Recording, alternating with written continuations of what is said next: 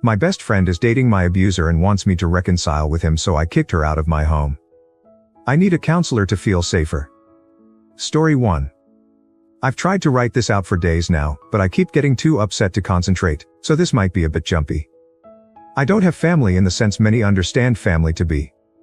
So I've been pretty much a loner with one exception, my best friend Tammy.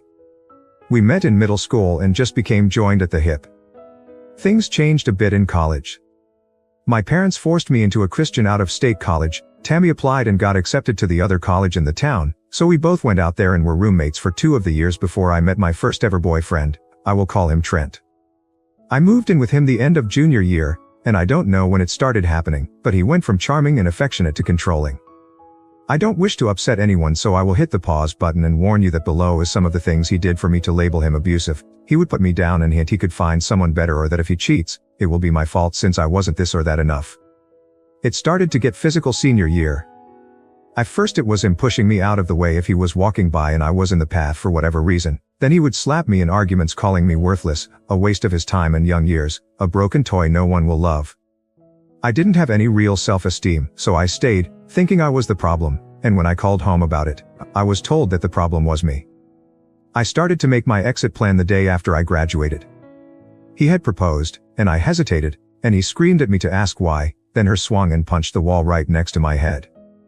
I fell to the floor in fear, and he tried to comfort me and basically forced me into sex.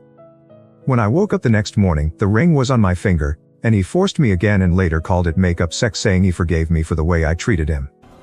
That is the extremely short explanation, but there are so many stories of him forcing me into bed, hitting me or threatening to kill me, and more. So, I started to make a plan.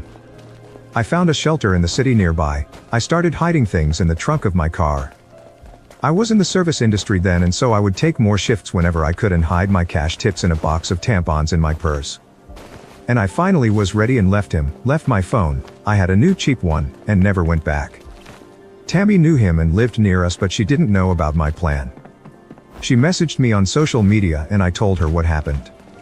All of what happened. So she played dumb when he came around asking where I was, spinning the story that I was suicidal and he is calling the police to find me. He never found me. That was years ago. I am now 36, and Tammy is too. Trent is 38. Tammy became a bit religious, but I told her as long as she is happy and safe, I don't care what she leans on in faith. She started to invite me out to her church 4 years ago, and I kept saying no until I very firmly said if she brought it up again, I would just walk out or hang up. I'm not against anyone believing what they want, I just don't want or need to be sucked into it. I honestly do not mean any offense to anyone of any faith. I myself am just agnostic, and if that ever will change, I will decide on my own, but I doubt it will. She got a job 2 years ago overseas. I acted excited for her and I was also deeply devastated. Without her, I had no one else. By this time, I wasn't in contact much with family, and I do have surface level friends, but no one that's known me in the real sense. I worked it out with my counselor and just carried on. We stayed in touch online and video chatted a lot. She would show me London and I would show her my transition to moving to Texas. We would chronicle our explorations of our new cities, and then one day it started to slow down on her end right around the time she went to visit a friend in our old college town. She then asked if she flew to Texas sometime this summer, could she stay with me a few days, and I excitedly agreed. So early this month, just a few weeks ago, she came here. She was off the whole first day, but I figured she was tired. Then the next day, we went out and got drunk. She started to cry and I got us an Uber back to my place and asked her what was wrong. That's when she asked me not to hate her and told me everything. She's with Trent. She's been with him almost a year. I was too stunned to even say anything, and she went on and on about how it's not what I think and he has changed. She told me he found Jesus and turned his life around and deeply regrets the way he treated me. The more she talked, the more I just shut off. I didn't even have it in me to feel anger. I just stared at her frozen as she talked until she said, "Please just say something." So I did. I told her to get the fuck out. She started to explain it all again. She hated him forever, but they kept running into each other. He goes to church and showed he has changed, blah blah blah. I didn't interrupt her, but when she stopped talking again, I just repeated myself. She argued more, and I would just listen and repeat until she grabbed her stuff and left. It was silent between us for a week until my dad texted me that Tammy called my parents crying and told me to get over myself. After all, it's not like I wanted to get back with him, right? And that's what I get for living with a man I wasn't married to. Then she texted the next week rehashing her argument and pretty much demanding I video chat with him to see for myself that he's changed and forgive him. She then blamed me that they can't take the next steps in their relationship because I don't have a forgiving heart and that I was malicious when I kicked her out. I spend all of this week trying to figure out if I am insane to think this is a huge betrayal. A deal breaker. I mean, who even dates their friend's ex, for one, but this. I blocked her after she hinted that my version of things was exaggerated and malicious, but I don't have other friends to turn to about this. I don't think I am, but and her family thinks I am TAH at least for kicking her out in a strange city alone when she was just being honest with me. Am I? New update. This is an update to my last post. Sorry to everyone who reached out and I haven't responded. I honestly haven't been using the app as I had to change phones swiftly at one point and forgot the password when trying to log on my new device. It took Trent 2 weeks. I had a full-time job but also a part-time service industry job as a bartender. He showed up at the bar. It's a small bar and one of the regulars, Daisy, F30S, is one of the folk I did confide in about Trent and Tammy. When Trent walked in, I happened to be chatting with Daisy and she saw my reaction. She asked what was wrong and I told her that it was Trent. She wasted no time and went to get my manager. Trent sat at the end of the bar and I took my time checking in on my other bar guests until my manager Heather F50S came out with the other 2 bartenders, both M30S. Trent had already begun knocking on the bar asking for service loudly and I had been ignoring him. He got kicked out quickly and told that we can and do refuse service to him. I got text from a new number saying it was Tammy and begging for me to answer. She called 4 times and I didn't answer. She left voicemails with Trent and one without all telling me that I was concerning them with my hatefulness, how I am alone in the world and that's not safe, who would I turn to if someone broke into my home at night, things of that nature and religious crap sprinkled in. I was still on the clock and Daisy suggested I stay at her parents'. I know her mom who sometimes comes with her to the bar. At that point I was shaken enough to take them up on it.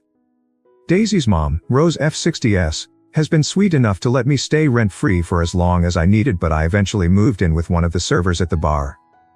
She helped me look for legal representation and I filed for a restraining order using screenshots I had emailed myself prior, old voicemails, and though we could not prove harassment on Tammy's end, Trent had said enough in the voicemails and messages he had sent that it qualified for a temporary restraining order. I am safe for now and the hearing is in January. No one knows where I live currently and I've shut down all social media. I've been NC with my family as they've been pushing me to give my address so they can send Christmas gifts, but when I gave them a P.O. box Daisy is allowing me to use, they got angry it wasn't an address and that was suspicious enough for me not to trust them. It's strange but I am slowly making friendships. And seeing a counselor helps with the stress. Trent is pretty much blacklisted from the square of bars where my bar is, word gets around. I've not walked alone a single shift since. And that's my update. Not perfect, but I remembered my password when I was checking my email for any additional stuff to send to my lawyer and wanted to let every person concerned about me that I am okay. When this is resolved I will try to update with more detail. Relevant comments. Commenter. That's messed up. It's like she's trying to guilt you into letting her back into your life. She's playing the victim, but she's the one who's wrong. She's the one who chose to be with your abuser. She's the one who's trying to manipulate you. You're doing the right thing by staying away from her. You're doing the right thing by protecting yourself. Don't let her guilt you into anything. You deserve better. You deserve to be safe. You deserve to be happy. Commenter. I am so sorry that you have to go through this. Daisy seems like an amazing person, and her kindness really sticks out to me in your 2 posts. You handled everything so well, you are incredibly strong.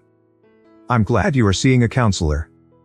If you are based in the USA, please request a takedown of your information from white pages, so no one can find your information further. Commenter. Oh, baby.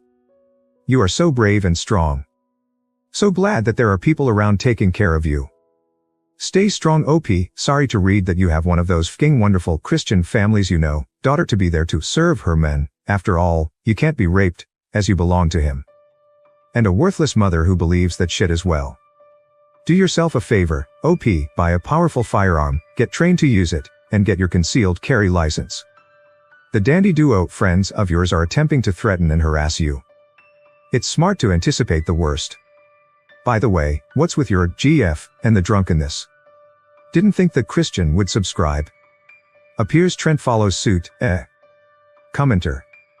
I hope you have cameras set up at your new home. Tammy is a monster. She is so naive and brainwashed by her religion that she is endangering your life. Trent is a violent abuser who is now stalking you. He got with her so he could have access to you. Your parents aren't safe and trustworthy, and I am glad you know it too. Christians like them are nothing but abusers. Commenter. That's exactly what happened. Stupid Tammy thinks she in love when all she is to Trent is a means to op. I don't buy that they kept running into each other either. Trent saw Tammy was back and started stalking Tammy hoping she would lead him to op. They don't need op's blessing to have a relationship with each other. There's no need to keep harassing op. Wanting forgiveness is just a flimsy excuse for Trent to keep stalking op. If he'd really changed, he'd respect that op can't be around someone who repeatedly raped and abused her and leave her alone. Getting angry BC someone you've victimized wants no contact with you is the opposite of being a changed person. Commenter. Interesting how Tammy tried to isolate you by claiming you have no one to help you. And then it turns out you have Daisy, and Rose, and your boss and co-workers, and the people who run the surrounding bars. Classic abuser tactics. Sadly, she must be learning from Trent. Stay strong. You've got this. Story 2, AITA for refusing to take my girlfriend back after she cheated, just to see if she still had it. I, 30 years old, have been dating my girlfriend, Rachel, 27 years old, for 2 years. She's always been confident and charismatic, which is one of the things I loved about her. Our relationship seemed solid, good communication, lots of shared interests, and we were even talking about moving in together. A few weeks ago, Rachel admitted to me that she cheated on me during a night out with her friends. She hooked up with some guy she met at a bar. I was completely blindsided. When I asked her why she did it, she said it wasn't about me or our relationship but because she wanted to see if she still had it. I told her that was a terrible excuse, and she started crying, saying it was a stupid mistake and that she regretted it immediately. She's begged me to forgive her, saying she learned her lesson and that it would never happen again. But I can't get over the fact that she was willing to risk our relationship for something so shallow. She didn't cheat because she was unhappy or because there was a problem between us. She cheated purely to stroke her ego. Now, Rachel and some of our mutual friends are calling me unforgiving, saying that everyone makes mistakes and that I'm throwing away a great relationship over one bad choice. They say I should focus on her remorse and give her another chance. I feel like staying with her would mean betraying my own boundaries, but I'm starting to wonder if I'm being too harsh. AITA for refusing to take her back. Relevant comments. Commenter. NTA. Congrats, you still have it, but you sure as hell don't have me. The mutual friends are just as trashy as her. You'd be crazy to take her back. Commenter. It's time to go. A year, 5 years, 10 years, and 2 kids from now, she's still going to wonder if she still has it when she sees a cute guy. Does she still have the ability to find a guy that will have sex with her? Yes, she'll probably have that for a long time. Does she still have the ability to make a serious long-term monogamous relationship work? It looks like she never did. NTA. Commenter. What friends are saying this garbage? Those are not mutual friends, those are her delusional friends, and you need to block them all. Or see if you still got it and hook up with one of them and see how you ex feels. Keep your head up, king. Relevant comments. Commenter. They don't like you, and that is the only way they can actually get that across without looking like haters. But they look like haters anyway. You're not an asshole. They are bullying you like middle schoolers. Also, I love the name Dove. Commenter. NTA. It's an uncommon name, and people are entitled to their opinion for sure, but what kind of sad, empty lives must her MIL and SIL have if they spend that much time and effort hating other people's names? My nephew has a middle name, I think, is ridiculous, but I keep that opinion to myself and certainly don't mock him or his parents for it. I sure as heck don't spend my time in we groups mocking folk for their names or going through school class lists. What tragic, pathetic people they must be. I feel so sorry for you and your husband. You're poor FIL for having to be married to / the father of tossers like that. Ignore these buffoons. They aren't worth the effort of having them in your life unless they change their ways. Commenter. NTAH. They are shallow and hateful people. Your husband has dealt with them all his life and they are his blood relatives and he is planning to cut them out. You're only TA if you don't follow his lead on this. As for FIL. Well, he married MIL, stayed married to her, and helped raise the little harpy of a sister. If I were you, I'd let him know you will always make room for him when he's ready to leave, and do just that. I suspect if he's got a place to move to he may not be very hesitant to finally ditch the bitch. FIL is sharing information behind her back. Your husband is done dealing with her. Listen to the people with experience here. Cut her and her spiteful complaining gossip out and be done with it. Story 3, AITA for telling MIL and SIL their obsession with hating my name is weird. My MIL and SIL have this real intense hatred for my name. It's become an obsession to the point they are in groups on different parts of the internet and mock my name, comment on how embarrassing it is to be associated with me, etc. My FIL is the reason my husband and I know this. He has grabbed screenshots and forwarded them to my husband to show just how bad this is. My name's Dove. I always loved my name. But they think it's weird and a tragedy. They have a few groups they're a part of and their only contribution is to mention me and my name and how awful my name is and how awful my parents are for choosing this as my name. This stuff does spill over into in-person interactions.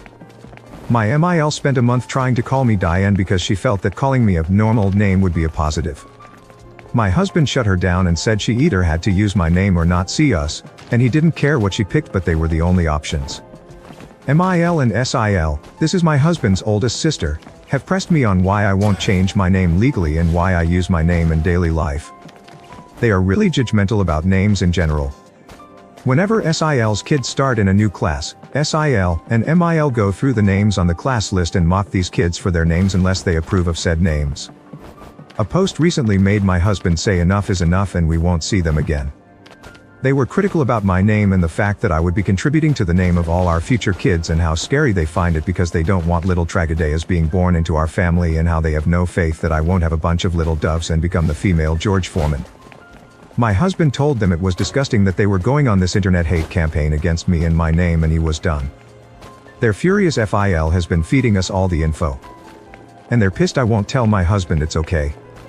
They confronted me in public and I told them their obsession with hating my name is weird and I don't want that poison around any kids I have. Which they also hated and apparently, according to FIL, they are still furious I said that to them. ITA. Relevant comments. Commenter. Well, all the ones who say you are turning your back, why aren't they volunteering to babysit as Lisa needs help? You are not punishing the kids, their parents should be spending quality time with them. Your sister is not only very entitled but has always taken you for granted and did not respect your wishes during your wedding. NTA. Commenter. Let's forget about the wedding disrespect for now. The truth is you have a life that does not revolve around her and her kids. Even if she respected your wishes on your wedding day, you're still not obligated to babysit. Let those taking her side also take her kids. Commenter. NTA. Crisis is another word for emergency. Is she having an emergency? Doesn't sound like it. Here's an example. Her husband is in a head-on with another car in another state. Yes, YWBTA for not helping. You are not her nanny or au pair. You don't owe her crap or a cracker. I hate family helps family crap when it's used for this BS. Stand your ground. You don't owe anyone anything. Thank you so much for watching until the end. If you enjoyed our videos, please don't forget to like, share, and subscribe to stay updated with our latest ones. Have a great day. Story 4, AITA for refusing to babysit my sister's kids after what she did at my wedding. Hi, so this whole thing has been blowing up in my family and I don't even know where to start. I'm 26 years old, married for about 6 months now to my husband, 28 years old, and honestly, I thought everything was fine between me and my older sister, 33 years old. Let's call her Lisa. Growing up, Lisa was always the favorite. My mom would bend over backwards to help her with anything, whether it was money, school, or her kids. She has 3. I'm not saying Lisa's a bad mom or anything, but she leans hard on the family for support. And me? I'm just that free babysitter. Well, when me and my husband were planning our wedding, I made it clear it was our day.